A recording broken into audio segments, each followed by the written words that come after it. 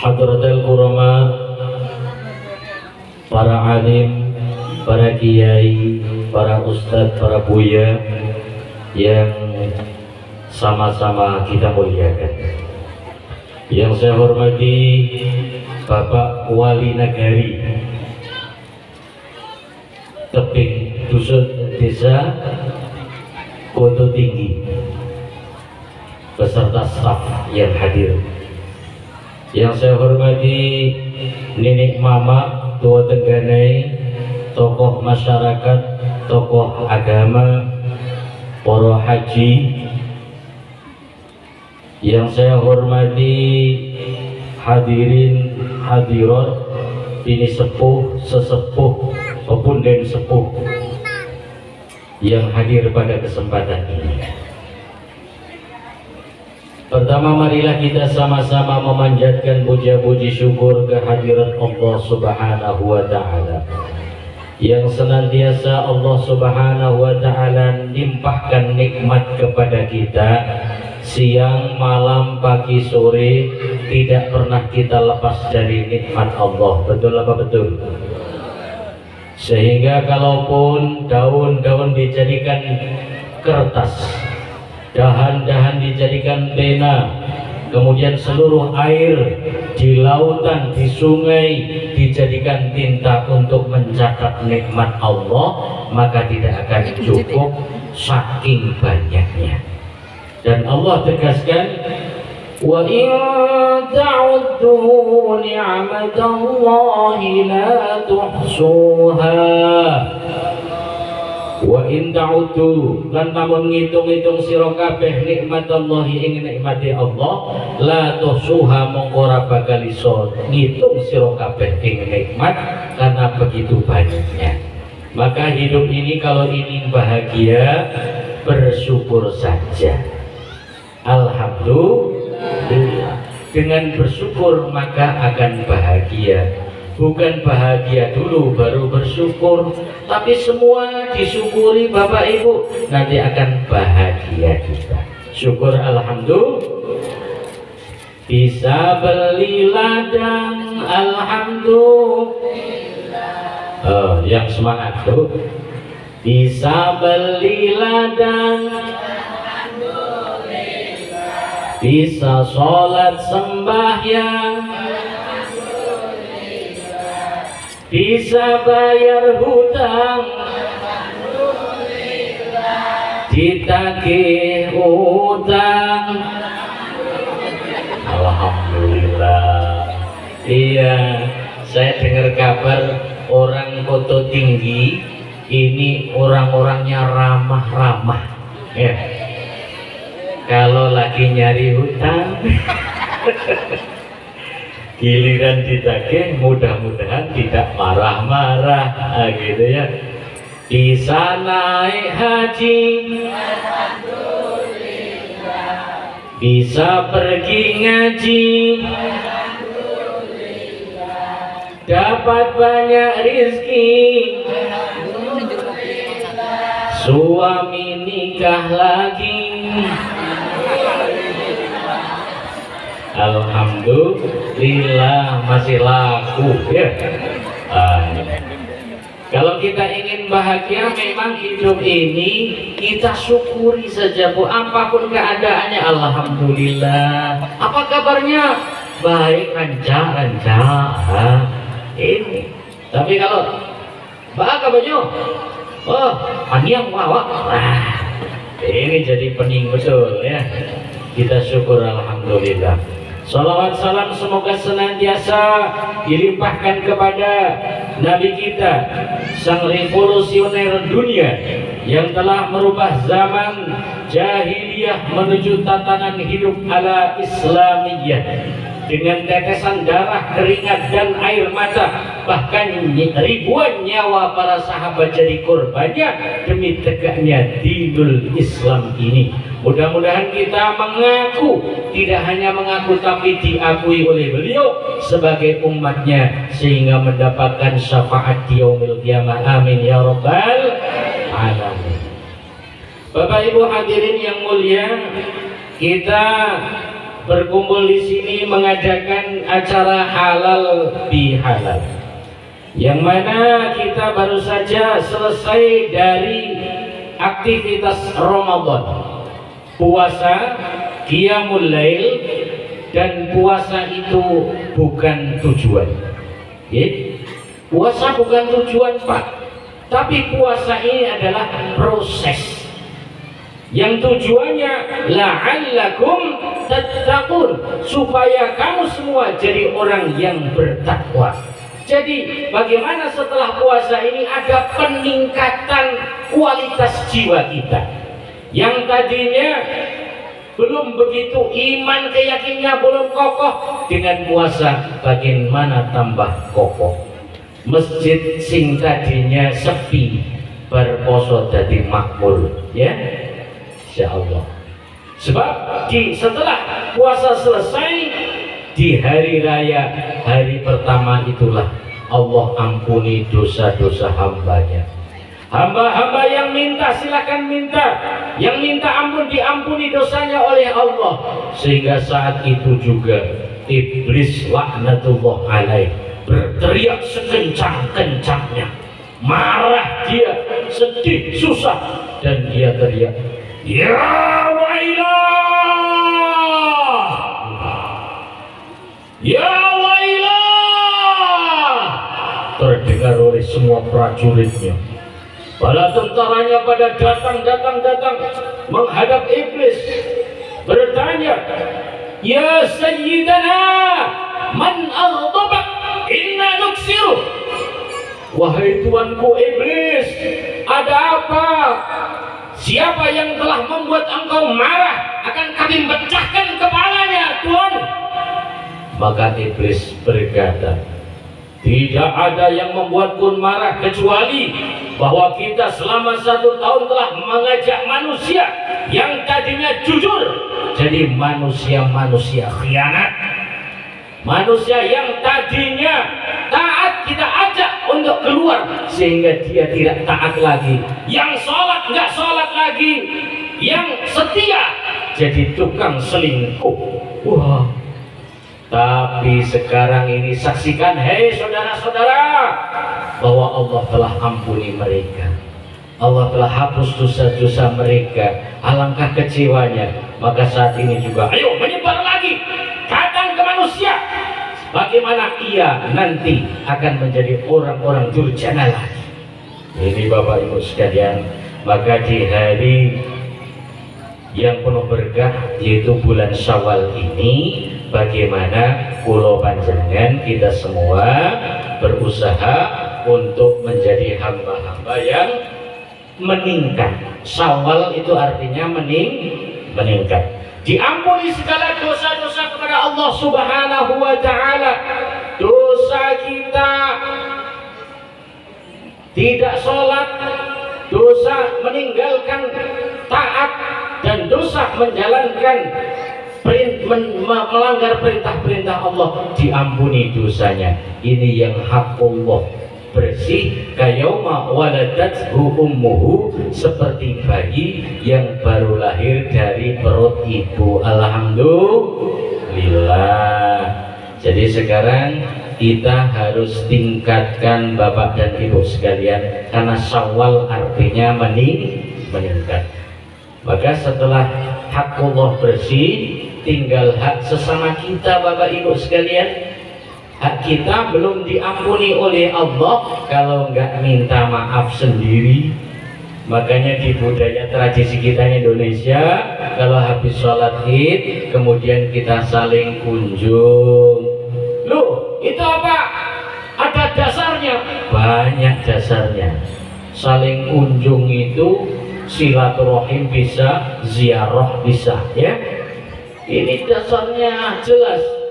Zur hurban tasdad hubban. Akhirnya berkunjung. Berziarahlah kamu, berkunjunglah jarang-jarang, maka akan bertambah sayang. Jadi kalau berkunjung itu jadi berkunjung, tapi ya jangan sering-sering nian. Jangan tiap hari kita berkunjung sama teman, tiap hari sama saudara tiap pagi udah datang ada kopi. Ini datang tiap pagi terus membosankan, maka berkunjunglah jarang-jarang. Ada kopi, ada, besok datang lagi, belum apa-apa pagi-pagi orang waktunya kerja udah datang lagi ngajak ngobrol. Nggak ganggu kan? Enggak. Iya, ngomongnya enggak, yang punya rumah, tapi sebenarnya telo kan jadi itu kan keren aja ya. Nah ini makanya berkunjung jarang-jarang maka akan bertambah sayang. Bagus sekali Bapak Ibu saling berkunjung, datang saling minta maaf, mohon maaf lahir dan batin. Tapi juga perlu diingat, la takun kal Ka'bah, jangan jadi kamu seperti Ka'bah, tuzaru wala tazuru. Ka'bah itu mau dikunjungi, banyak orang umroh, orang haji ke Ka'bah, tapi nggak pernah mau berkunjung. Nah ini Ka'bah, jenengan jangan seperti Ka'bah, mau didatangi nggak pernah berkunjung. Kalau kita punya anak, biasanya kalau hari raya Ibu, yang muda datang kepada yang tua, itu kan tradisinya. Nah anak jenengan itu yang sudah tua-tua itu anaknya rekomendasikan datang itu ke saudara kita yang namanya si A, dia datang ke sini, nak kamu jangan duduk di rumah saja, mereka berkunjung, kamu harus berkunjung ke rumahnya. Ini jenengani adil, saling memberi manfaat. Jangan seperti Ka'bah, mau dikunjungi tapi tidak mau berkunjung. Ini yang penting untuk kita laksanakan, saling minta maaf. Dan terus Syawal ini yang kita tingkatkan apa? Ya cuma dua lagi. Satu hablum minallah, yang kedua hablum minannas. Kanjeng Nabi ngendika ittaqillaha haitsuma kunta.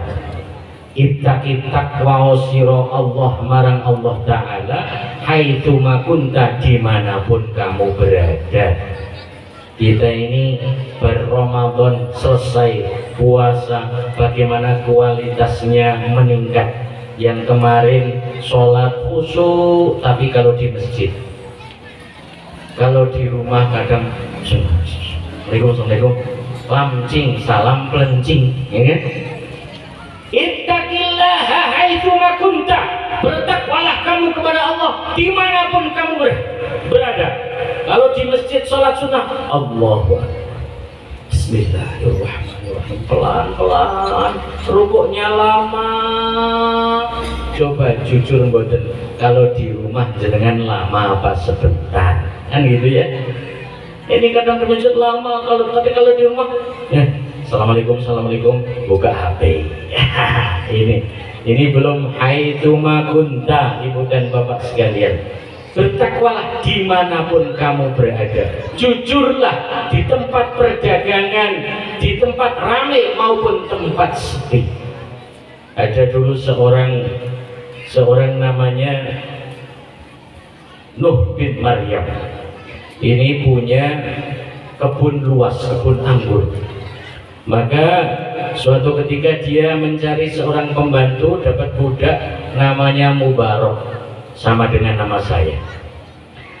Mubarak, iya Tuan, tolong kamu jaga kebun anggur saya. Baik Tuan, boleh mulai besok kamu tinggal di kebun saja. Jadi jaga kebun saya sampai panen ya. Baik Tuan, insya Allah saya laksanakan amanah Tuan. Maka kemudian Mubarak ini datang ke kebun anggur, tinggal di situ, kerja di situ sampai panen lagi, sehingga sampai kurang lebih 4 tahun Mubarak bekerja kepada Nuh bin Maryam. Maka suatu hari Nuh bin Maryam ini datang ke kebun anggurnya untuk melihat-lihat hasil panenan. Datang dia ke kebun, Mubarak, iya Tuan, tolong saya petikkan anggur. Saya ingin mencicipi anggur yang kamu rawat tiap hari itu. Baik Tuan. Akhirnya dipetikkan anggur. dimakan sama juragan itu. Mubarok, iya tuan, ini masam, carikan yang manis dong. Baik tuan, dicari lagi, petik lagi, dimakan lagi. Ini masam Mubarok, kamu nggak tahu bisa membedakan mana yang manis dan mana yang masam. Ya maaf tuan, carikan lagi yang manis. Baik tuan, cari lagi, petik lagi, dimakan lagi. Mubarok, ini masam, macam mana? Hah? Ini masam, ini kecut. Iya tuan, maaf. Apakah kamu nggak bisa membedakan mana yang manis, mana yang masam? Tidak bisa tuan, saya belum pernah makan anggur di sini tuan. Hah? Kamu belum pernah makan anggur? Padahal kamu di sini sudah 4 tahun Mubarok.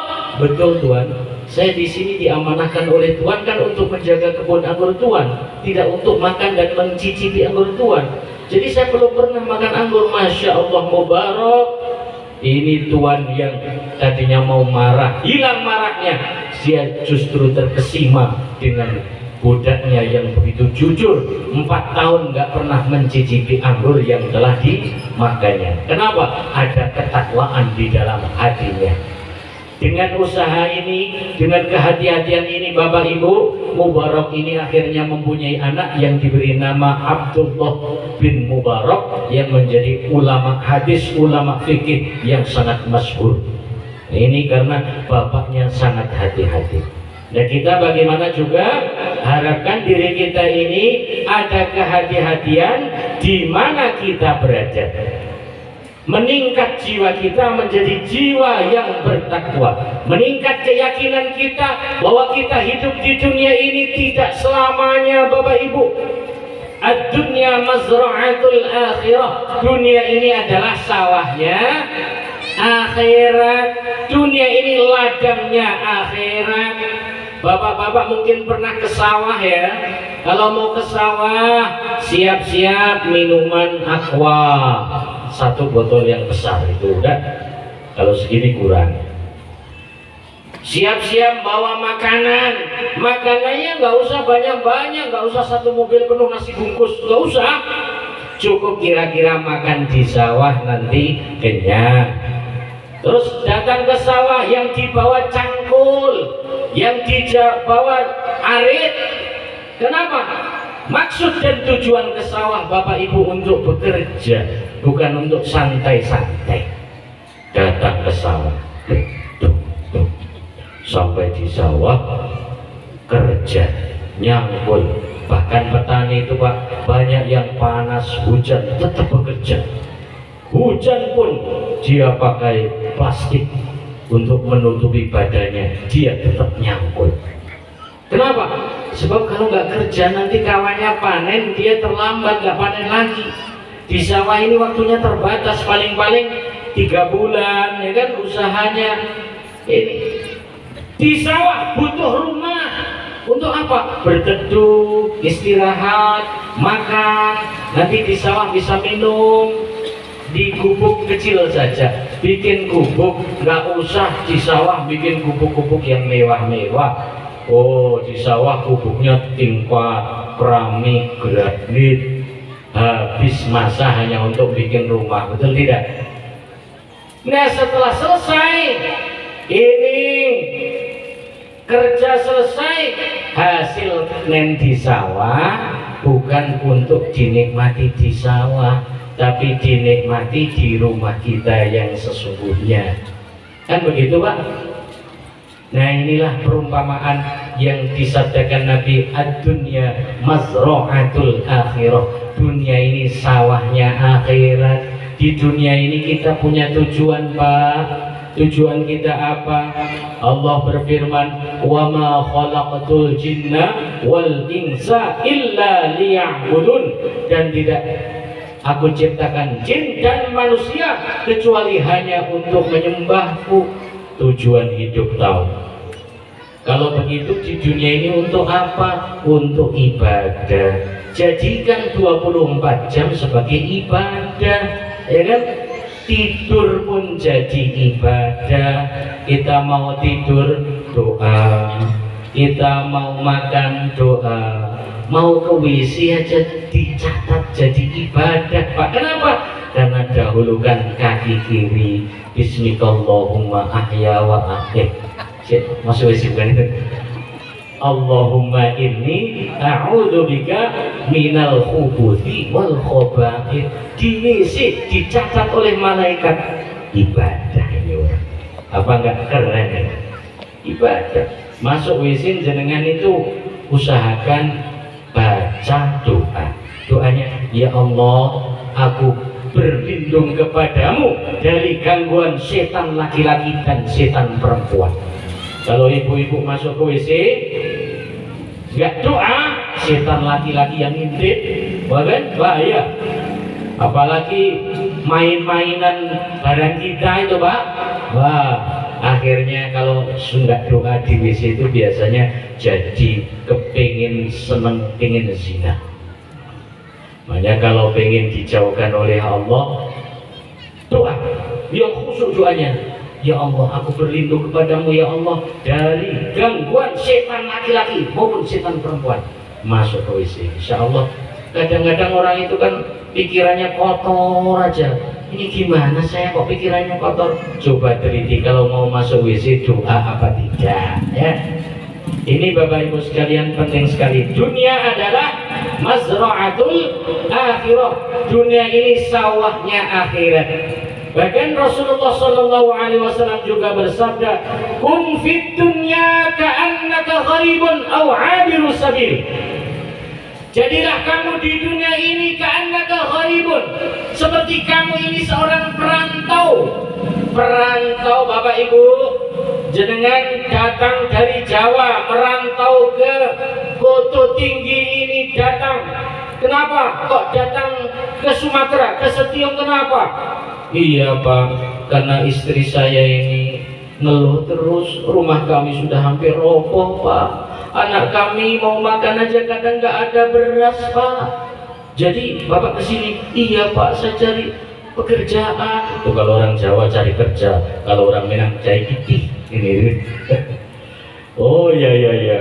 Akhirnya rumahnya kontraknya 1 tahun di Koto Tinggi. Kerjanya bangunan jadi tukang. Kerja kontrak jadi tukang. Setiap hari gajinya 150.000. Ya. Setelah tiap hari dapat, ini rumah kontrakannya lumayan bagus, tapi belum ada taman di depannya. Maka perantau ini habis kerja dapat gaji 10 hari 1.500.000, dia belikan semen, belikan pasir untuk bikin taman di depan rumah kontrakannya.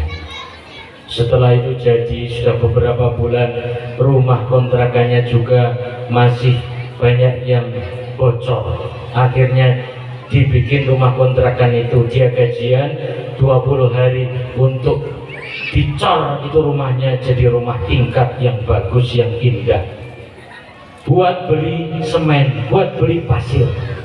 Maka ternyata dia nggak terasa waktu sudah 1 tahun. Dia bikin taman indah, dia tingkat rumahnya, lantainya pun yang tadinya cuma semen biasa dipasang granit yang mengkilat, yang bagus sekali. Maka habis waktunya 1 tahun, datang yang punya kontrakan. Pak, iya, ini kontrakannya tinggal 2 hari lagi Pak. Jadi saya mau tempati rumah ini untuk anak saya. Alhamdulillah rumahnya sudah bagus ya Pak. Oh iya, ini mau diambil lagi. Iya. Loh ini saya sudah bangun taman, sudah buat rumah ini tingkat, sudah begitu indah, nyaman saya tempati. Tapi Bapak cuma ngontrak di sini. Lupa ya Pak, kontraknya cuma 1 tahun.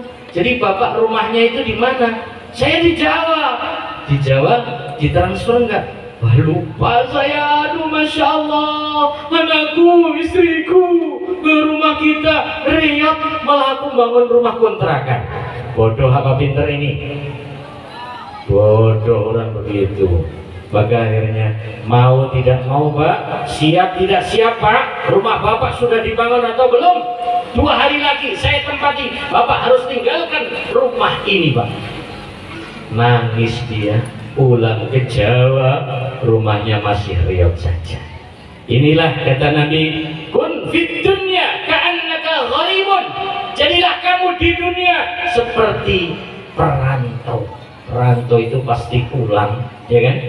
Tapi kalau orang-orang yang sudah tinggal di sini ya nggak pulang lagi.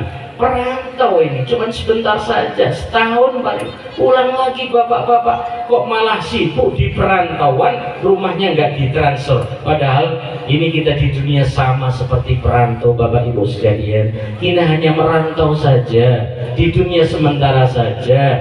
Nanti kita akan kembali ke rumah kita yang sesungguhnya. Di mana? Di akhirat. Malaikat sedang membangun rumah-rumah panjenengan bu. Ada yang tingkat 2000, ada yang tingkat 1 juta, liftnya super canggih, pesawatnya hebat, tamannya indah, sedang dibangun oleh malaikat. Tapi jenengan kalau nggak pernah transfer, nggak pernah dikirim, malaikat berhenti bangunnya. Kok berhenti malaikat? Materialnya habis, nggak ditransfer dari dunia, ya kan?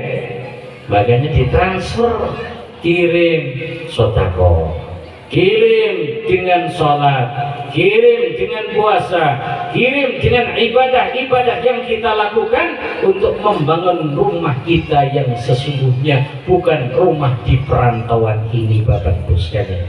Ini yang sangat perlu kita ingatkan. Kalau urusan dunia jenengan nggak diingatkan, ingat sendiri. Asal anaknya pulang, Pak minta uang Pak, Bapak nggak punya uang, minta uang, anaknya nangis, waduh saya harus kerja, jadi itu nggak ada yang ingatkan, ingat sendiri. Lapar, ingat sendiri, kerja, ini urusan dunia. Tapi kalau urusan agama ini, kalau lupa, nggak ada yang ingatkan, lupa beneran. Orang nggak sholat juga nggak terus melendung-melendung kakinya, kan nggak ada. Nggak sholat terus sakit gigi, enggak, biasa saja. Jadi kalau lupa, bisa lupa beneran. Oleh karenanya perantau yang cerdas adalah perantau yang menabung untuk kehidupan di alam atau rumah yang sesungguhnya. Mudah-mudahan rumahnya tidak riap lagi ya Bu ya, Insya Allah ya. Ini urusan hubungan kita kepada Allah kita perbaiki. Masjid alhamdulillah sudah bagus-bagus sekarang. Katanya orang dulu itu matanya awas-awas Pak. Orang dulu itu masjidnya kecil-kecil, lampunya nggak terang-terang, lampunya ublik teplok gitu kan, kecil-kecil. Masjidnya gelap-gelap, bangunannya riat-riat, tapi nampak kalau ada masjid. Itu orang dulu. Orang sekarang Mbak, ini kadang-kadang masjidnya besar-besar, keramiknya kinclong, bangunannya gedong mangkrong, mustokone melong, tapi isinya kosong. Banyak yang sholatnya bolong. Bikin masjid kayak bikin kerenda. Pak RT bingung kalau nggak ada kerenda. Warga semua RT di sini, ini kita belum ada kerenda. Jadi kalau ada orang meninggal, gimana repot nanti? Oh iya Pak, semangat semua. Harus secepatnya kita bikin. Orang mati itu nggak tahu kapan matinya. Iya Pak RT, hanya dibikin. Wah, jadi bagus, dicat, bagus, siap. Bapak-bapak, kerenda sudah selesai, sudah jadi, bagus, catnya bagus, enak dinaiki. Siapa yang mau pertama kali masuk sini? Silakan. Ada nggak yang mau pertama? Enggak, ini kerendo. Masjid jangan kayak kerenda ya. Bikin masjid, semangat bikinnya, insya Allah semangat memakmurkannya. Ini yang akan membawa kepada keberkahan dan ridho Allah Subhanahu wa ta'ala. Ini jadi mulai dari ujung rambut sampai ujung kaki, bagaimana hablum minallah. Yang pertama ini meningkat, mata kita meningkat. Yang kemarin masih gak karu-karuan, sekarang melihat Al-Quran, yang dilihat perkara-perkara yang baik. Mulutnya juga meningkat.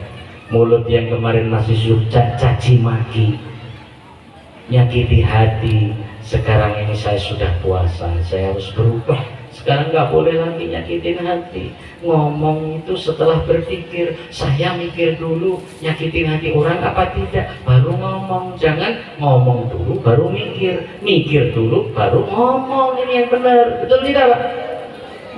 Lisan kita dilatih, sedang dilatih aja kadang-kadang masih lepas kok. Itu ada seorang kiai Pak, kiai ini pelihara burung. Burungnya burung beo. Burung beo ini kan bisa ngomong kalau dilatih ya. Namanya burungnya kiai, dilatihnya ngomongnya juga bagus. Tiap hari burungnya itu dilatih zikir, la ilaha illallah, la ilaha illallah, la ilaha illallah. Terus burung Pak Kiai. Maka tiap hari dikasih makan sama Pak Kiai.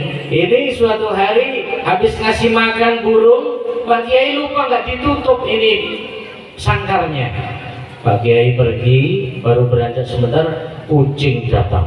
Oh, mau kan diterkam burung itu, kena lehernya, dibawa lari sama kucing.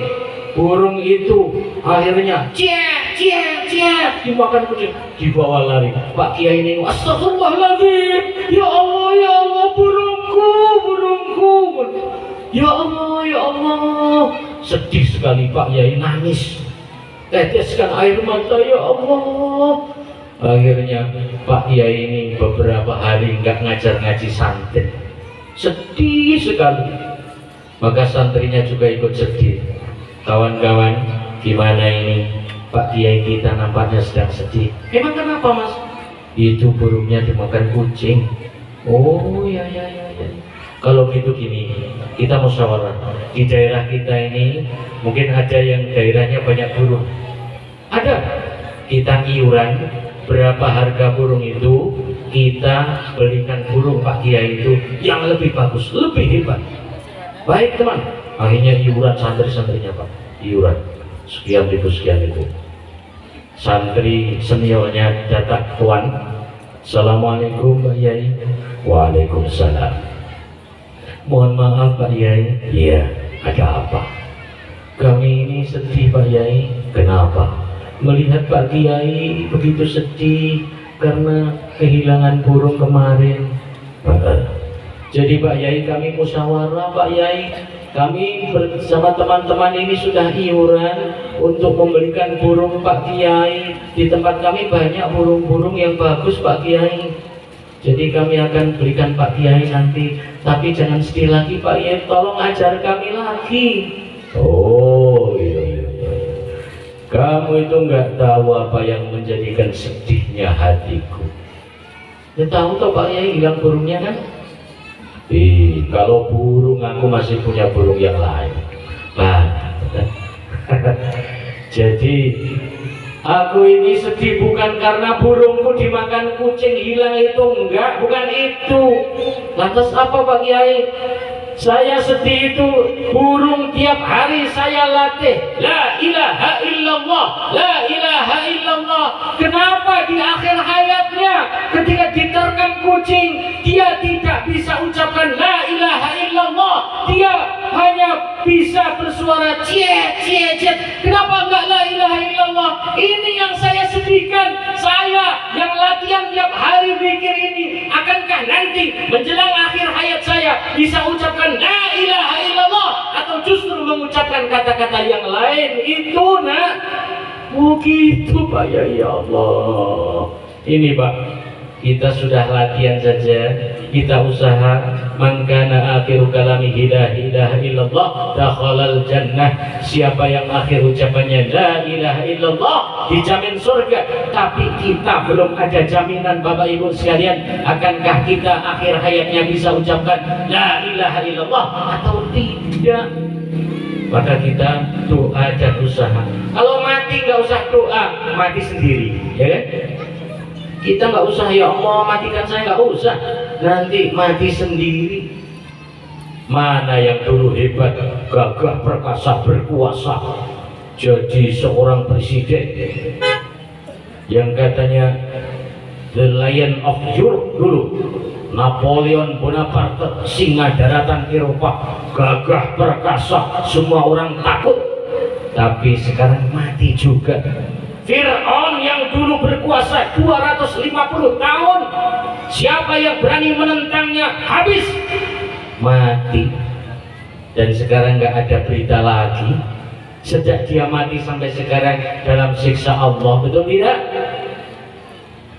Jangan kita mentang-mentang punya kuasa, mati nggak ada apa-apanya. Matinya nggak usah diminta, matinya nggak usah berusaha, nggak usah ikhtiar biar mati, nggak usah. Tapi mati bisa ucapkan la ilaha illallah, ini yang perlu kita pikirkan mulai saat ini juga, Bu. Karena kalau kebiasaan orang pikirannya, omongannya itu ya akhir hayatnya biasanya begitu, ya. Ini burung, kalau cuma kayak burung memang latihan bunyi tapi nggak sampai hati, Bu. La ilaha illallah, la ilaha illallah. Nah, kita ini la ilaha illallah masukkan hati. Tidak ada yang bisa memberi rizki selain Allah, tidak bisa yang memberi manfaat selain Allah. Ini yang harus kita masukkan ke dalam hati kita, sehingga insya Allah nanti kita akan bisa ucapkan kalimat la ilaha illallah. Ini yang pertama, hablum minallah. Perbaiki peningkatan di bulan Syawal hubungan kita kepada Allah Subhanahu wa Ta'ala. Yang kedua, hablum minan nas. Kita perbaiki, kita tingkatkan muasyarah, pergaulan kita kepada sesama manusia, kepada orang yang paling dekat dengan kita, orang tua kita. Bagaimana kita perbaiki keberkahan hidup ini kalau kita bagus dalam pergaulan. Jenengan masih punya orang tua, masih punya ayah, punya ibu, inilah orang yang paling berhak untuk kita perbaiki. Sama orang lain bagus, sama orang tua juga apalagi lebih bagus, ya. Sama ibu kita, doa ibumu dikabulkan Tuhan dan kutukannya jadi kenyataan. Ridho ilahi karena ridhonya, murka ilahi karena murkanya. Bila kau sayang pada kasihmu, lebih sayanglah pada ibumu. Bila kau patuh pada rajamu, lebih patuhlah pada ibumu. Apalagi? Bukannya gunung tempat kau memuja, bukan lautan tempat kau menghibah, bukan pula dukun tempat kau meminta, bukan kuburan tempat memohon doa. Tiada keramat yang ampuh di dunia selain dari doa ibumu jua. Manusia, ibu, orang tua ini yang harus kita rasakan dalam hati kita, Bu. Kita mungkin bapak ibu sudah jadi orang tua, tapi sekarang mikir dulu bahwa kita ini seorang anak, ya, Bu. Orang tua ini, apalagi yang sudah jadi orang tua, nggak akan habis rindunya kepada anak. Anak untuk orang tua, kalau anak itu rindunya asal sudah punya istri, udah punya anak, nggak ketemu orang tua mungkin bertahun-tahun nggak kepikiran. Tapi orang tua, anak sudah tua pun masih dirindukan. Makanya doa ibu kita pun memohon doa. Ibunya mungkin ada di Jawa, ada di Minang sana, kita di tempat ini. Orang tua nggak akan habis rindunya kepada kita, Bapak Ibu sekalian. Tengoklah orang tua kita, targetkan saya nengok orang tua 2 tahun sekali minimal. Jangan nggak pernah ditengok. Ini orang tua nggak butuh apa-apa, yang penting datang seneng. Kita anak sudah lupa dengan orang tua, sudah ada istri, ada anak kita sendiri. Dengan orang tua kadang-kadang nggak begitu rindu, tapi orang tua selalu rindu kepada kita. Ini orang tua itu dikasih harta sebanyak apapun, tapi dibanding datang nek wong tuane sugih niku sampean yang di sini nggak pernah pulang itu pasti ditransfer. Ini nak tak kasih uang, kamu pulang, ibu rindu nak, ayah rindu nak. Itu. Tapi kalau kadang kita nggak pernah balik nengok orang tua, nggak pernah mak.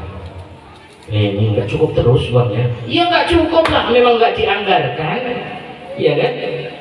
Kita yang dianggarkan untuk anak, untuk jualan, untuk beli ladang, untuk beli pakaian. Nengok orang tua nggak dianggarkan, nggak ditabungkan. Padahal ini adalah birrul walidain. Transfer sebagian harta kita untuk mama saya lah sebulan 500, untuk istri saya sebulan 5 juta, kan begitu tuh ya, transfer. Ini orang tua Bapak Ibu sekalian nggak pernah habis rindunya kepada kita. Hubungan jangan sampai buruk kepada orang tua. Sebab itu tadi, doa ibumu dikabulkan Tuhan, kutukannya jadi kenyataan. Tidak bohong-bohongan ini. Mana ada, coba tengok kanan kiri kita, tetangga kita yang durhaka kepada orang tua, tengok hidupnya. Saya yakin gak ketemu yang hidupnya berkah bahagia. Pasti sengsara, susah, gak enak, ada aja masalahnya. Ini kalau berani durhaka kepada kedua orang tua. Ayah kita mencarikan nafkah, peras keringat, banting tulang, siang jadi malam, malam jadi siang, kepala jadi kaki, kaki jadi kepala, untuk biaya hidup kita, untuk biaya kesehatan kita. Ibu kita melahirkan kita dengan tetesan darah, keringat dan air mata, bahkan nyawa jadi taruhannya, melahirkan kita dengan penuh pengorbanan, membesarkan kita penuh kesusah payahan. Mereka itu Pak hanya ingin kita bahagia. Orang tua kita itu nggak rela kalau orang tua anaknya menderita. Bahkan seekor nyamuk saja menggigit kita waktu kita masih kecil, nggak ikhlas orang tua kita. Jangan nyamuk itu anakku, jangan digigit. Wah, kena duri sedikit aja hatinya teriris juga orang tua. Ya Allah, anakku kena duri. Minum betul. Ini. Maka jangan sampai berani-berani kepada orang tua. Kalau ibunya marah, lebih baik diam. Jangan menjawab, jangan membantah ucapannya. Ini Bapak Ibu sekalian. Ini kadang-kadang kita lupa menuruti emosi sehingga orang tua pun dilawannya. Ya, ini kepada orang tua. Dan sebagai orang tua pun kita bagaimana hablum minan nas, yang paling pokok adalah kepada anak kita.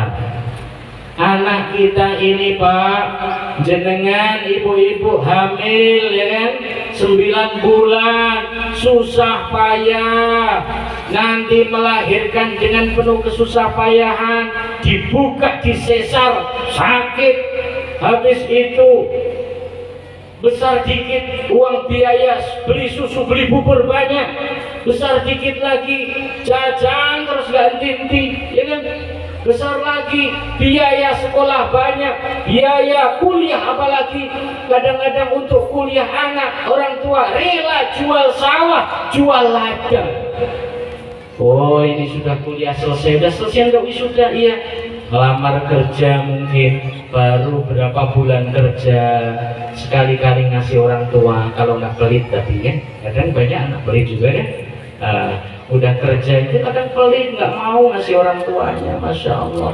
Setelah kerja beberapa bulan ngasih bapak ibunya, nikah biayanya pun banyak. Habis nikah mana ada anak yang kayak orang tua. Kalau anak sudah nikah, sudah punya istri, sudah punya anak, itu untuk orang tua paling sisa-sisa Pak. Kalau orang tua pada anak nggak sisa-sisa, tapi memang seutuhnya, ya kan? Kadang-kadang anaknya pelit pulang, diminta kadang-kadang, "Nggak ada mak, ini bener nggak ada. Ini awak masih harus setor ini motor, ini setor kendil juga kredit." Ya Allah, nggak ada untuk mama, nggak ada, betul ini anak tega sama anak bu. Maka kalau dipikir-pikir orang tua itu susah payah aja untuk anak kan? Dari melahirkan, dari hamil, susah payah, nggak ada selesainya. Jangan harap itu dunianya balik. Jangan catat nanti kembali, nggak mungkin dikembalikan. Kalaupun dikembalikan untuk apa? Orang tua udah makin tua ya kan? Maka ini orang tua jangan sampai rugi karena anak. Anak itu merugikan Pak. Merugikan anak itu. Apalagi untuk urusan dunia saja rugi. Maka jangan sampai anak kita menjadi anak yang merugikan, tapi jadikan anak itu aset dan investasi bagi orang tua selama-lamanya. Bagaimana caranya?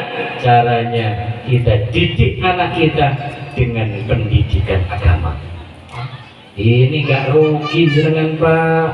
Jenengan didik anak dengan didikan agama gak rugi. Kalau gak didik sampean dituntut. Kalau dididik, Rasulullah SAW bersabda, "Idza mata ibnu Adam inqata'a 'amaluhu illa min thalathin." Apabila manusia mati, maka semua amalnya putus semua amalnya kecuali 3 perkara yang tidak putus. Yang bapak-bapak tiap hari sholat itu kalau mati putus, berhenti sholatnya. Yang biasanya baca Al-Quran itu kalau mati, mana ada sudah mati masih Bismillahirrahmanirrahim, nggak ada kan? Putus ingkitok itu begitu, putus amal orang yang mati itu. Ya putus, mau mati kok nggak putus bagaimana? Jadi kadang-kadang ada putus amalnya, maksudnya doa orang lain nggak sampai, itu karena putus. Oh itu salah paham ya. Putus itu maksudnya kalau manusia mati putus amalnya, selesai amalnya. Yang tidak putus cuma 3. Dia sudah mati nggak beramal tapi terus dapat. Nah, apa? Yang pertama sodakotin jariyatin, sodakoh jariyah, bangunan masjid, jenengan nyumbang keramik, nyumbang kipas angin, selama itu masih berfungsi, masjidnya makmur, yang sholat penuh 40 orang sholat di masjid, sampean yang dulu sedekah keramik mati dikubur ini nggak sholat lagi tapi dapat pahala sholat 40 orang. Alhamdulillah. Enak apa tidak nih? Rugi apa tidak? Kipas angin dipasang di musola, alhamdulillah kita mati nggak usah amal lagi, nggak usah sholat lagi, dapat kiriman kipas raksasa. Dari mana mereka? Itu dari musola. Kipas bapak sekarang ini lagi digunakan, ada orang yang sedang sholat. Berapa orang? 40 orang, masya Allah. Padahal satu sholat saja, satu orang aja luar biasa pahala. Ini nggak usah amal lagi, tapi terus dapat kiriman. Anak juga begitu, bapaknya motong deres, dapat karet, dapat sawit, gajian, dapat uang. Anaknya ngebel, "Pak, ya, udah waktunya bayar Syahriah." "Oh, berapa?" "Sebulannya kan 600. "Oh ya. Akhirnya bapaknya transfer 600.000. Anaknya di pesantren, anaknya makan di pesantren dengan uang itu, bayar Syahriah dengan uang itu, anaknya membaca Al-Quran. Bismillahirrahmanirrahim.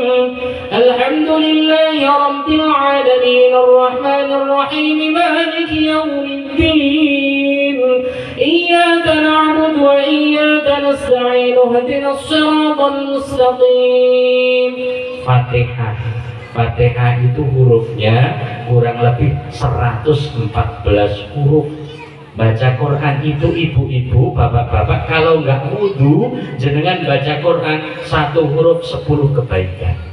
Kalau jenengan wudhu 1 huruf 25 kebaikan. Kalau jenengan baca Quran sambil sholat, sholatnya sambil duduk, sholat sunnah, sholat duha, jenengan mau duduk nggak apa-apa, boleh. Sholat tarawih ini lama kali ini imamnya baca, sambil duduk nggak apa-apa, boleh. Pahalanya separuh berdiri, ya. Ini satu huruf 50 kebaikan. Kalau kita baca sambil sholat Al-Quran itu, sholatnya sambil berdiri, satu huruf 100 kebaikan. Satu huruf ini baru. Kalau Alhamdulillahi Rabbil Alamin, berapa huruf? Fatihah itulah 100 berapa itu? 14 atau 13 ya? Berapa huruf Fatihah Pak? Berapa ya? 114 ya? Ya, saya juga akui 114 sama 113. Kalau bapak-bapak itu kayaknya lupa semua. Kali 100 Pak, 114 kali 100, 10.000 sekian, jumlahnya enggak tepat. Ini satu Fatihah. Kalau sholat isya 4 rakaat, 4 Fatihah, ditambah lagi apalagi suratnya 1 juz, ya. Habis Fatihah, Bismillahirrahmanirrahim, Yasin. Wah, berapa keuntungan kita, berapa Pak? Keuntungan berapa? Berapa miliar? Berapa triliun? Coba. Padahal satu kebaikan saja kalau untuk bangun provinsi Jambi belum apa-apa. Untuk membangun provinsi Sumatera Barat ini sudah granit semua, keramik semua, bangunannya tingkat 2000 semua, masih belum ada apa-apanya. Itu triliunan nggak karuan. Nah ini satu sholat semacam itu, kita ibu-ibu, bapak-bapak yang anaknya sholat, bapaknya mati, dikubur gara-gara uang 600.000, anaknya baca Quran, dapat setiap waktu, setiap saat. Rugi apa tidak punya anak begitu? Enggak rugi.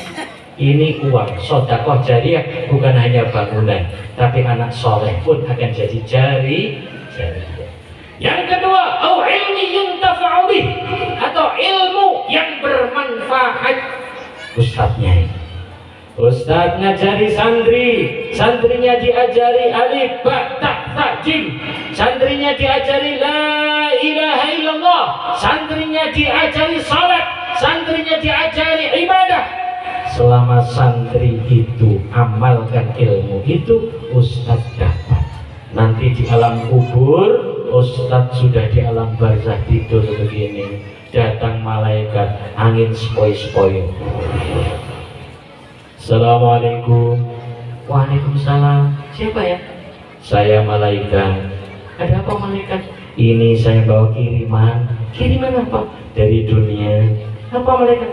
Ini kunci. Kunci apa? Istana. Untuk siapa? Untuk ustadz. Mana istananya? Tuh lihat. Masya Allah, istana saya itu malaikat. Iya. Luar biasa malaikat. Indah. Dindingnya yakut, lantainya zamrud, atapnya zabarjud, semainya emas, mutiara, intan, berlian. Luar biasa malaikat. Ini apa ini malaikat? Ini karena ada santri sampean yang sedang sholat sekarang. Oh, santri saya. Iya, Masya Allah. Terus ini baru santri satu, baru satu amalan. Nanti saya datang lagi, tiap waktu saya datang ini untuk ngirim, karena santri jenengan kan ada 150 Ustaz. Iya, Masya Allah, begitu ya. Luar biasa malaikat. Iya, dulu santri saya datang ke pesantren saya itu malaikat, nggak datang sendiri malaikat. Jadi dia itu diantar oleh ayahnya, diantar oleh ibunya. Jadi kalau saya mendapatkan seperti ini, penyebabnya adalah ayah dan ibunya. Orang tuanya juga harus dapat malaikat. Tentu Ustaz, itu pasti. Man dalla ila khairin, siapa yang menunjukkan jalan kepada kebaikan, maka dia juga dapat pahala yang sama. Orang tua juga dapat, Bu, jangan khawatir. Apalagi nanti santrinya punya murid 10, ngaji semua. Muridnya punya murid lagi 10, sudah 100 kan? Muridnya lagi punya 10, Masya Allah. Sampai hari kiamat, Ustadz ini nggak usah ngapa-ngapa, nggak usah sholat lagi, nggak usah ibadah lagi, nggak usah baca Quran lagi, tapi kalau sudah mati, ya, kalau masih hidup ya sholat, ya. udah nggak usah sholat lagi, tidur di alam barzah dapat tiap hari. Ini makanya Ustadz ini kayaknya hidupnya itu pas-pasan aja. Para Ustadz itu dah kadang seharian bulanan madrasah nggak dibayar sama orang tuanya. Kalau sekolah rajin dibayar, tapi ngaji harus ikhlas dong Ustadz tuh, Masya Allah. Tapi sebenarnya Ustadz ini sedang membentuk multi level marketing akhirat. Buat terus pemasaran sampai hari kiamat, dan itu juga orang tuanya dapat. Maka kita syukur alhamdulillah. Inilah anak-anak yang tidak akan merugikan kita semua, anak-anak yang akan menjadi anak yang soleh, memberikan balasan kepada kedua orang tuanya, tidak hanya di dunia, sampai di akhirat. Ini hablum minan nas, orang tua, anak paling pokok itu Pak. Ya, jangan kita mikir yang lain dulu. Orang tua berbuat baik dulu sama orang tua, yang kedua sama anak ini. Apakah hak anak-anak kita penuhi atau anak-anak kita biarkan tidak mengamalkan agama? Kita sedih, susah. Anaknya habis kuliah, nggak ada kerja, susah. Tapi kadang-kadang anaknya nggak pernah sholat, anaknya nggak pernah ke masjid. Kita tidak ada rasa susah sedikit pun. Ini yang akan dimintai pertanggungjawaban oleh Allah Subhanahu wa Ta'ala. Ya, kepada yang lain, setelah anak-anak, kepada masyarakat lingkungan kita, hati-hati, kita ini hidup sebagai makhluk sosial, ya kan? Kalau makhluk sosial ini harus sesuai dengan konsep resep dari baginda Nabi Sallallahu Alaihi Wasallam supaya mendapatkan ridho Allah. Jangan jadi wasit, ya. Jangan jadi seperti wasit. Bapak Ibu tahu wasit? Wasit sepak bola, ya. Wasit sepak bola itu lari ke sana kemari hanya untuk mencari kesalahan orang. Itu wasit. Mari dia semangat sekali. Untuk apa? Cari kesalahan orang. Kalau kesalahan ada, semprit-prit. Ini wasit. Jangan jadi wasit, ibu-ibu yang gemar-gemar gunjing orang, gunjing tetangga, libur ya. Habis puasa mulutnya difilter. Ini bikin masalah ini mulut saya ini. Bahaya. Mulut ini kalau nggak pas-pas, tadinya mau baik jadi menyakiti hati orang. Ya. Padahal kalau sudah nyakitin hati, susah itu untuk sembuhnya. Tembok itu papan dipaku, dek. Habis itu menyesal, dipaku, dicabut lagi pakunya, lukanya tidak akan hilang. Betul tidak? Ibu bapak nyakiti hati tetangga, hati-hati, jangan enak aja. Nanti minta maaf kan mudah. Sudah minta maaf tapi hatinya masih sakit. Padahal hati kalau sudah sakit, Masya Allah, maka jangan jadi wasit, apalagi wasit tinju. Wasit sepak bola itu cari kesalahan. Wasit tinju itu gimana? Wasit tinju ada orang rangkulan malah dipisah. Orang yang nggak rangkulan, lain. Wah, ini wasit tinju. Tukang adu-adu, Masya Allah. Jangan jadi wasit kehidupan kita. Sakit jangan mudah menyakiti hati. Hati-hati, jaga hati, jangan sakiti hati, jangan mudah sakit hati. Kalau mudah sakit hati pun nggak boleh. Kita ini kadang mudah baperan, mudah sakit hati. Ini kalau hatinya nggak diservis ini, orang baik-baik dikira nyakitin hati. Ada orang tanya, mari Pak. Wah, dia mikir menghina dia. Mentang-mentang mobilnya baru, mari Pak. Gitu. Ada orang lewat aja, mau nanya sombong. Nah, ini hatinya yang harus diperbaiki. Kenapa kita mudah sakit hati? Tahu kuncinya kenapa kita mudah sakit hati? Karena hatinya berpenyakit. Kalau hati sehat, tidak akan mudah sakit hati. Ya kan? Ibu-ibu bisulan di pantat, jangankan dipukul itu pantat, kesenggol dikit aja, sakit tahu. Apalagi dipukul, kesenggol aja begitu. Ini karena pantatnya berpenyakit. Kalau Kalau pantatnya sehat, jangankan cuman kesenggol, dipukul plek gitu aja, masih nilai, ini gitu malah. Ini karena pantat sehat. Maka hati sama seperti itu. Kenapa hati kita mudah sakit hati? Karena hatinya nggak sehat. Hatinya harus diservis, hatinya harus diajak zikir, hatinya harus dibuat hati yang nyegoro, lapang dada. Insya Allah tidak mudah subuh. Insya Allah ya Bu ya. Bapak-bapak, hati kita servis, kita sehatkan. Insya Allah akan menjadi hati yang sehat. Nah ini kadang kita sesama umat Islam ini kadang ada masalah dikit, bahkan nggak ada masalah jadi besar. Ini kenapa? Berarti umat berpenyakit, ya kan? Iya. Oh, kalau hati sehat ini masalah besar aja jadi nggak ada masalah kok. Tapi kalau hati berpenyakit nggak ada masalah, itu cari-cari masalah. Nah, kita umat Islam mari bersatu di bulan Syawal ini, kita tingkatkan persatuan kita. Jangan satu dengan yang lainnya, semuanya pengen jadi wasit, akhirnya cari kesalahan, ini salah, itu salah. Wah, kita ini kayak orang kena jantung koroner katanya. Ada orang sakit jantung, jantungnya kronis, dibawa ke rumah sakit di ruang ICU. Di situ 2 hari 2 malam nggak sadar, dia koma selama 2 hari 2 malam. Begitu terbangun, dokter di depannya, bangun buka mata. Alhamdulillah Bapak, sudah sadar ya Bapak ya? Alhamdulillah. Iya dokter.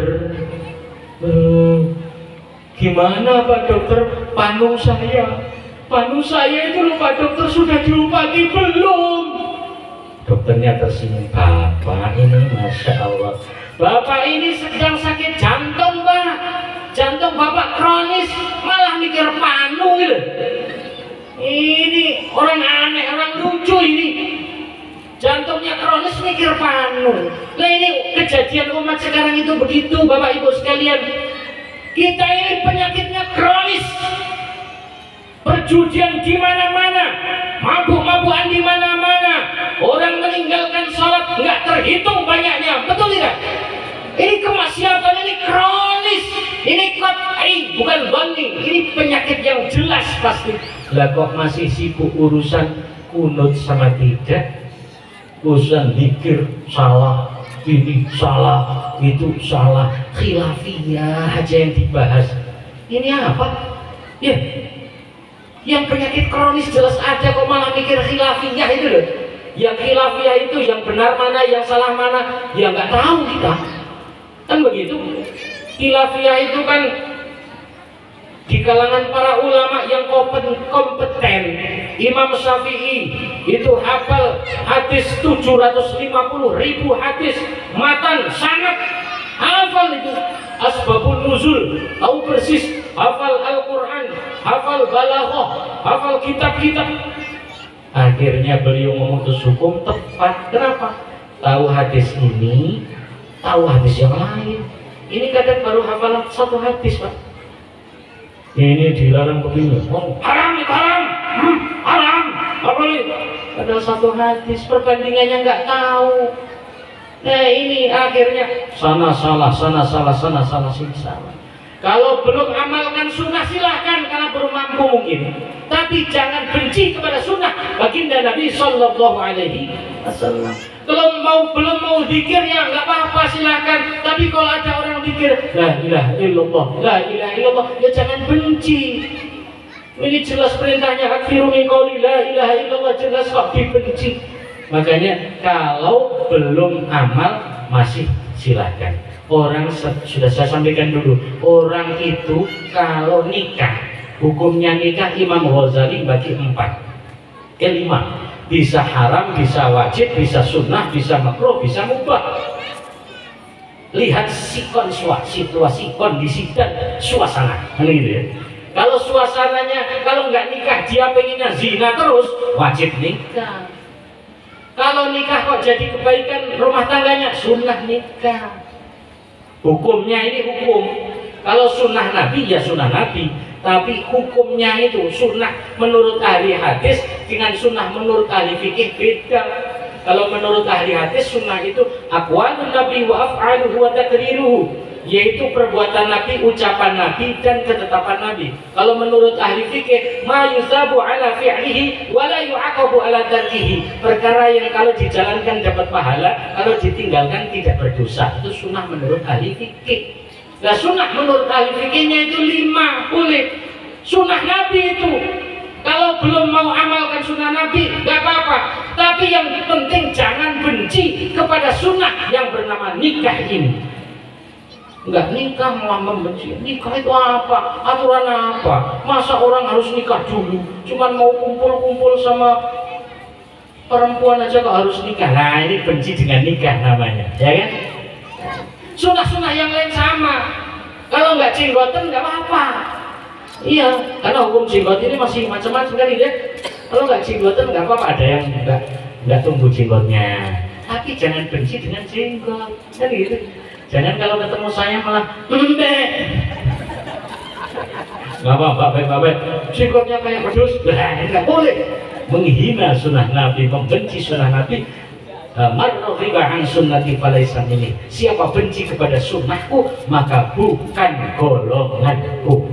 Maka mari sama-sama kita tingkatkan hubungan sesama manusia.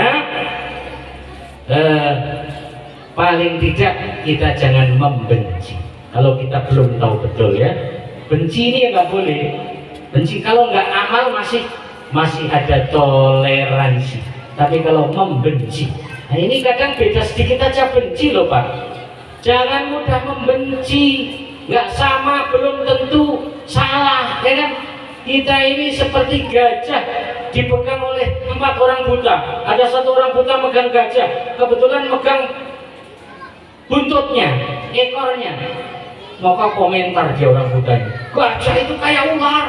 Oh, yang satu lagi pegang gajah pas perutnya, gajah itu kayak tembok. Yang satu lagi pegang rambutnya, bulunya, gajah itu kayak rambut.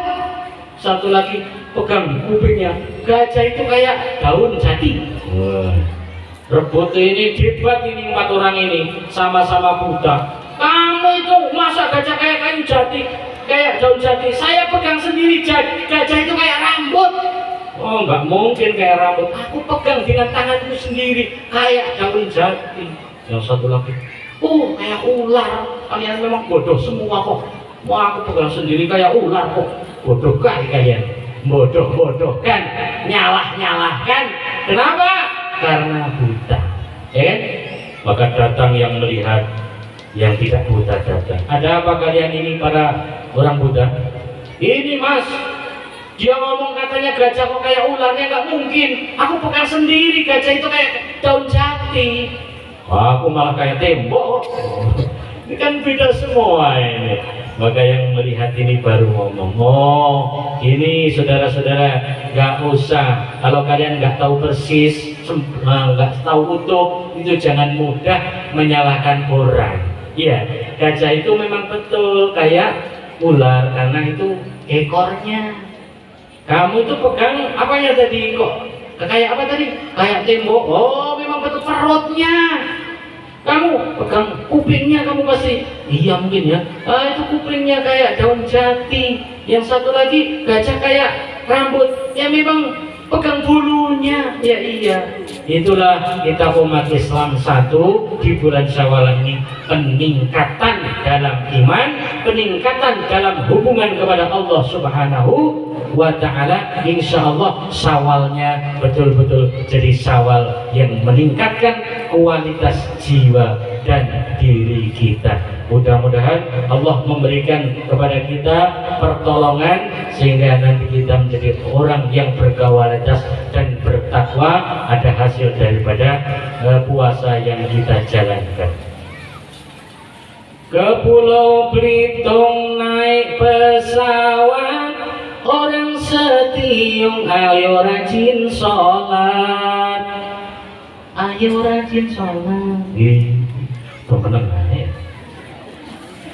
Ke Bangka Belitung naik pesawat, orang setiung tiung ayo rajin sholat. Yang Bengkulu jalan kaki, bapak ibu ojo lali ngaji, bapak ibu ojo lali ngaji. Salatullah salamullah ala taha rasulillah. Salatullah salamullah ala yasin habibillah, ala yasin habibillah. Omah genteng disaponi, apot enteng ayo dilakoni. Omah gedhi dipager wesi, ojo dadi tukang rasani, ojo dadi tukang rasani. Salatullah salamullah ala taha rasulillah. Salatullah salamullah ala yasin habibillah, ala yasin habibillah. Buah dondong buah salah, angkeh ngomong kok dadi ngelak. Monggo diunjuk Pak ngono jenengan iki tengah. Ada ini ya. Buah dondong buah salah, suwe ngomong kok dadi ngelak. Ora dibuka. Buah jeruk tuku nang padi, motongan to enake panitia ora nyediani. Masyaallah. Rapopo putih-putih lumayan. Kalau ora gawe kopi karo angel pula nih, mlebu iki ngono nih Mas. Bismillahirrahmanirrahim.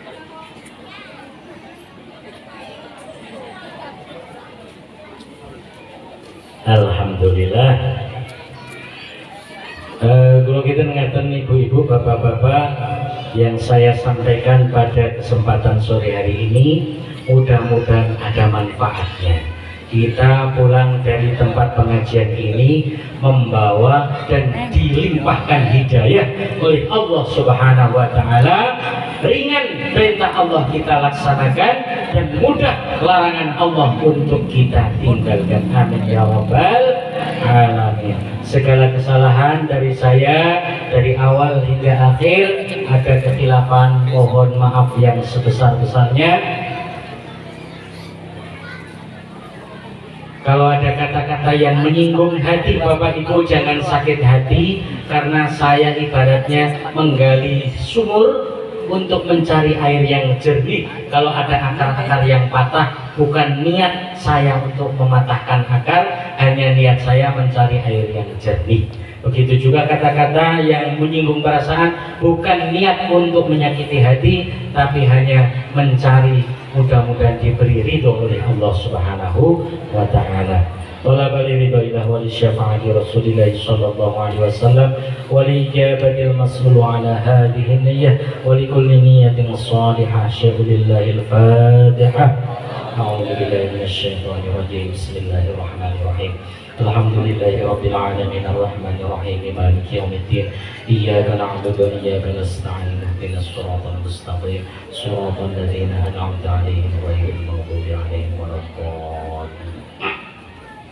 اللهم اللهم صل وسلم وبارك على سيدنا محمد وعلى آل سيدنا محمد سيد الأولين والآخرين وسلم ورضي الله تبارك وتعالى عن كل صحابة رسول الله أجمعين والحمد لله رب العالمين حمدا يوافي نعمه ويكافئ مزيده يا ربنا لك الحمد كما ينبغي لجلال وجهك الكريم وعظيم سلطانك اللهم خذ منا وتقبل منا وافتح علينا أبواب لا إله إلا الله كما فتحتها على أهل لا إله إلا الله نسألك يا لا إله إلا الله بحق لا إله إلا الله أن تحيينا بلا إله إلا الله وأن تميتنا على لا إله إلا الله وأن تحشرنا في زمرة من قال لا إله إلا الله وأن تنور قلوبنا بلا إله إلا الله وأن توفقنا إلى إخراج درر معاني لا إله إلا الله من بحر لا إله إلا الله يا الله يا رحمن الرحيم limpahkan rahmat dan kasih sayang-Mu di majelis ini ya Allah. Jadikan majelis ini majelis yang mendatangkan rahmat-Mu ya Allah. Jauhkan majelis ini dari murka dan azab-Mu ya Allah. Ya Allah, pulang dari majelis ini ya Allah dengan membawa hidayah-Mu ya Allah. Mudahkan kami dalam menjalankan perintah-perintah-Mu ya Allah. Mudahkan dalam meninggalkan larangan-larangan Engkau ya Allah. Ya Allah, ampuni dosa-dosa dan kesalahan kami ya Allah. Begitu banyak Engkau limpahkan nikmat kepada kami ya Allah, namun kami gunakan untuk bermaksiat kepadamu ya Allah. Inilah kami hamba yang zalim ya Allah. Inilah kami hamba yang tidak tahu diri ya Allah. Engkau berikan kepada kami nikmat mata ya Allah, kami gunakan untuk melihat sesuatu yang Kau murkai ya Allah. Telinga kami untuk mendengarkan sesuatu yang Kau tidak ridhoi ya Allah. Inilah kami hamba yang berlumur dosa dan bergelimang maksiat ya Allah. Ampuni dosa ayah dan ibu kami ya Allah. Mereka lah yang telah susah payah demi kami ya Allah, berkorban untuk kami ya Allah. Ibu kami melahirkan kami dengan tetesan darah, keringat dan air matanya ya Allah. Nyawa jadi taruhannya ya Allah. Selama 9 bulan kami dalam perut ibu kami ya Allah. Makan tak enak, tidur tak nyenyak ya Allah. Melahirkan kami dengan penuh pengorbanan ya Allah. Nyawa taruhannya ya Allah. Ya Allah ya Rahman Rahim. Ayah kami bekerja untuk kami ya Allah. Beras keringat banting tulang demi kami ya Allah. Demi biaya hidup kami ya Allah. Demi biaya pendidikan kami ya Allah. Demi biaya kesehatan kami ya Allah. Orang tua kami menyayang kami sepenuh hati ya Allah. Mereka hanya tidak rela kami menderita ya Allah. Ketika kami sakit, ayah dan ibu kami begitu cemas mencarikan obat kesana kemari demi kami ya Allah, demi kesembuhan kami ya Allah. Bahkan seekor nyamuk menggigit kami, mereka tidak ikhlas ya Allah. Satu duri mengenai kami, mereka tidak rela ya Allah. Mereka hanya ingin agar kami menjadi anak yang berbahagia dan berbakti ya Allah. Namun alangkah kecewanya mereka ya Allah. Sampai hari ini kami belum bisa membalas kebaikan ayah dan ibu kami ya Allah. Kami masih sering berkata kasar kepada ayah dan ibu kami ya Allah. Kami potong pembicaraannya ya Allah. Kami bentak-bentak mereka ya Allah. Alangkah sakitnya hati mereka ya Allah. Inilah kami anak yang tidak tahu diri ya Allah. Inilah kami anak yang tidak berbalas budi ya Allah. Ya Allah, ampunilah dosa kami ya Allah, dan dosa-dosa kedua orang tua kami ya Allah. Dan kasihanilah mereka sebagaimana mereka mengasihi kami di waktu kecil ya Allah. Ya Allah ya Rahman Rahim. Di antara kami ya Allah ada orang tua kami yang telah meninggal dunia ya Allah. Ampuni dosa ayah ya Allah. Ampuni dosa ibu ya Allah. Mereka di alam barzah ya Allah. Lapangkan kuburnya ya Allah. Ampunilah dosa-dosa mereka ya Allah. Limpahkan rahmat-Mu kepada mereka ya Allah. Jangan siksa ayah ya Allah. Jangan siksa ibu ya Allah. Kami menyayangi mereka ya Allah. Jadikan kuburnya satu taman dari taman-taman surga-Mu ya Allah. Jangan Kau jadikan kuburnya satu jurang dari jurang-jurang neraka-Mu ya Allah. Ya Allah, berkahkan rezeki kami ya Allah. Berkahkan umur kami ya Allah. Berkahkan ilmu kami ya Allah. Panjangkan umur kami dalam ketaatan kepada-Mu ya Allah. Matikanlah kami dengan husnul khatimah ya Allah. Ya Allah, berkahkan kampung ini ya Allah. Rabbana atina fid dunya hasanah wa fil akhirati hasanah wa qina adzabannar wa adkhilnal jannata ma'al abrar ya azizu ya ghaffar ya dzal jalali wal ikram. Ya Rabbana hadha du'auna kama amartana fastajib lana du'aana kama wa'adtana. Wa sallallahu ala sayyidina Muhammadin wa ala alihi wa sahbihi wasallam. Subhana rabbika rabbil izzati amma yasifun wa salamun ala al mursalin walhamdulillahi rabbil alamin. الفاتحة.